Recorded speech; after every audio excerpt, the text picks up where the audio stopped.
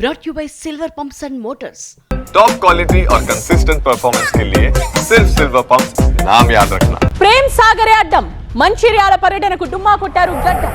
హైదరాబాద్ నుండి ముగ్గురు మంత్రులు వచ్చి మంచిర్యాలలో పర్యటిస్తూ ఉంటే ఆ జిల్లాకు చెందిన మంత్రి మాత్రం పక్క జిల్లాకు వెళ్లడం కాంగ్రెస్ లో చర్చనీయాంశంగా మారింది.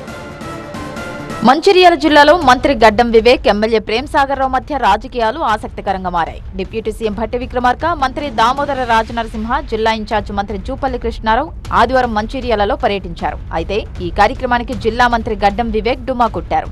ముగ్గురు మంత్రులు మంచిర్యాలలో పర్యటిస్తే మంత్రి గడ్డం వివేక్ మాత్రం సడన్ గా ఆదిలాబాద్ పర్యటనకు వెళ్లారు.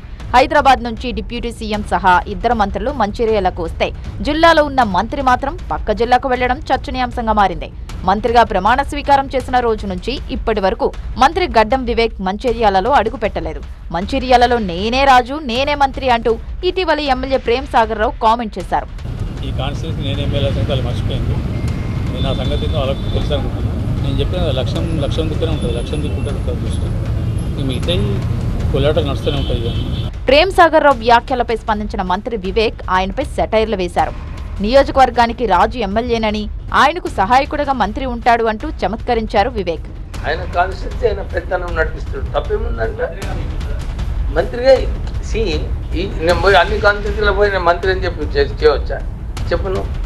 నా పోర్ట్ఫోలియో ప్రకారంగా నేను పని చేసుకుంటా. నేను ఇప్పుడే చెప్పిన protocol and all is secondary. Have to be good to people. ప్రజలతో గుడ్ విల్ సంపాదించాలి.